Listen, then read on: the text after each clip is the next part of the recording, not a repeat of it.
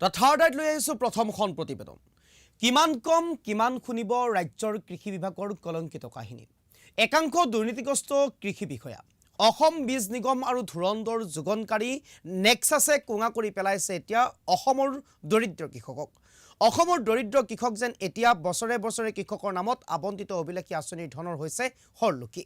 চকুমুদা কুলিৰ ভাও ধৰিছে কমিছনৰ মায়াজালত বন্দী কৃষি বিষয়াই, যাৰ বাবে হয়তো বিগত 10 বছৰে কৃষি বিভাগৰ নেতৃত্ব বহন কৰি অহা মন্ত্ৰী অতুল বৰাই সৃষ্টি কৰিব নোৱাৰিলে কৃষি বিপ্লৱ। এই সমগ্ৰ বিষয় সন্দৰ্ভত দ্য থাৰ্ড আইয়ে অহৰহ বাতৰি পৰিৱেশন কৰি আহিছে। কৃষি বিভাগটোক লৈ।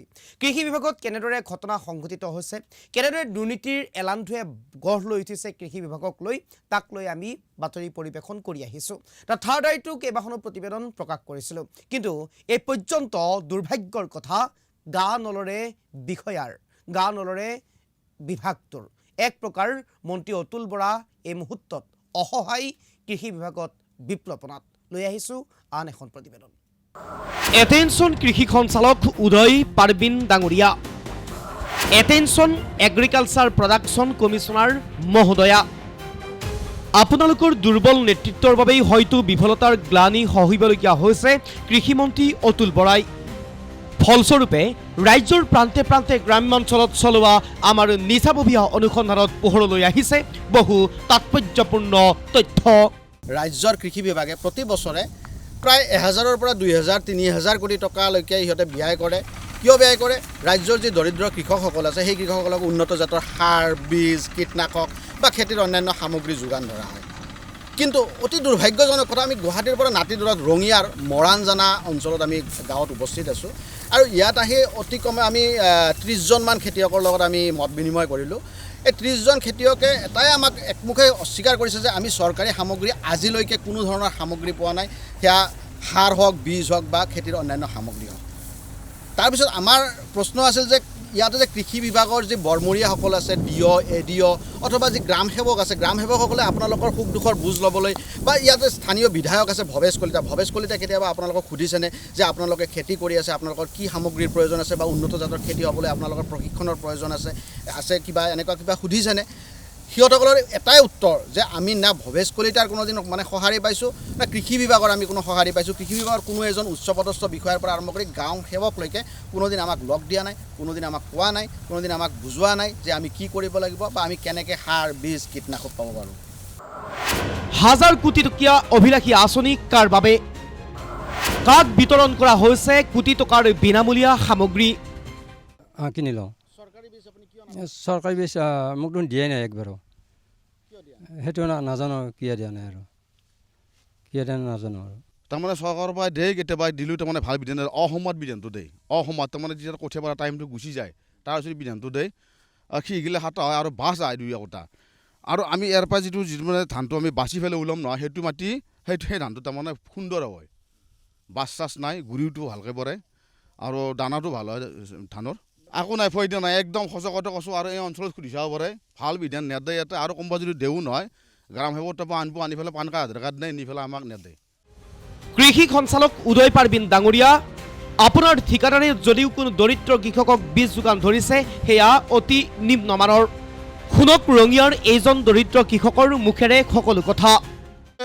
এই বিধান পাওঁ, ধান আদাল বিদাল সি হ'লে চৰকাৰে নেদে, আমি কোনোদিন দি পোৱা নাই, বুজিছানে? কোনোদিন দেবে এনেকুৱা আদাল বিদালকে সি হ'লে। ক'ত শুই আছে আপোনাৰ ব্যাগুম কৃষি বিভাগ? কি কৰি আছে অচুকাৰ এছকৈ? ৰাজ্যৰ কৃষকে চিনি নাপায় DAO, ADAO অথবা গ্ৰাম সেৱকক। নাহে গ্ৰাম সেৱক নাহে, দেখিয়ে পোৱা নাই কেনেকৈ আছে মানুহটো। সমান্তৰালভাৱে আজিও খেতিয়কক সময়মতে বীজ যোগান ধৰিব নোৱাৰিলে আপোনাৰ ব্যাগুম কৃষি বিভাগে। আপোনাৰ বিভাগৰ বিষয়াই কয়, অসময়ত যোগান ধৰা মটৰৰ বীজ হেনো ঘুগুনিক বনাই খায় কৃষকে। মন্ত্ৰীগৰাকীলৈ আহ্বান জনাম, তেখেতে যদি দিয়ে সময়ত দিব লাগিব। সময়ত এতিয়া যদি দিলে এতিয়াতো কোনো কাম খেতি কৰিব নোৱাৰে। এতিয়া আলু দিলে, এতিয়া আলু খেতিৰ সময় গ'ল। মাটিমাহ যদি এতিয়া দিয়ে, মাটিমাহটো খেতি কৰিব নোৱাৰি। আগতীয়াকৈ দিলে মানে ভাল আৰু মন্ত্ৰী মহোদয়। হয়, গুণাগুণ মানে আজিলৈকে আমি সেইটো বীজটো ব্যৱহাৰ কৰিবই পৰা নাই। মৰুৱা গুটি বুলি কৈছে, সেই মৰুৱাটোতো আমাৰ লগত কোনো হেৰিয়ে নাই আৰু ঘাঁহ দিলে ঘাঁহটো আমাৰ এইটো বৰ ঘাঁহ খেতি নহয়েই সেই দুটা বিচে পাইছোঁ কি জনাব কৃষি বিভাগক আপুনি কৃষি যাব যদি সময়ত আমাক বীজবোৰ দিয়ে ভাল হয় আৰু কিমান কম কিমান শুনিব সঞ্চালক মহোদয় আপোনাৰ সমান্তৰালে এগ্ৰিকালচাৰ প্ৰডাকশ্যন কমিশ্যনাৰ বাইদেউৰ দুৰ্বল নেতৃত্বৰ বাবে খোলঠেকত পৰিছে মন্ত্ৰী অতুল বৰা অসমৰ ইতিহাসত হয়তো আটাইতকৈ বেছি সময় কৃষি বিভাগৰ নেতৃত্ব বহন কৰা মন্ত্ৰীগৰাকীয়ে হৈছে অতুল বৰা পিছে কেন্দ্ৰ আৰু ৰাজ্য চৰকাৰৰ পূৰ্ণ সহযোগিতা থকাৰ পিছতো আজিও অসমৰ ৯৯% কৃষক দৰিদ্ৰ সীমাৰেখাৰ তলত জীৱন অতিবাহিত কৰিবলগীয়া হৈছে মূৰৰ ঘাম মাটিত পেলাইছে অন্নদাতাই সম্পত্তিৰ পাহাৰ গঢ়িছে ধুৰন্ধৰ যোগানকাৰীয়ে যাৰ বাবে হয়তো আমাৰ বাবে অন্ন উৎপাদন কৰা অন্নদাতাই মাহেকৰ মূৰত পৰিয়ালে লাভ কৰা অৰুণোদয়ৰ ১২৫০ টকালৈ অপেক্ষা কৰি থাকিবলগীয়া হয়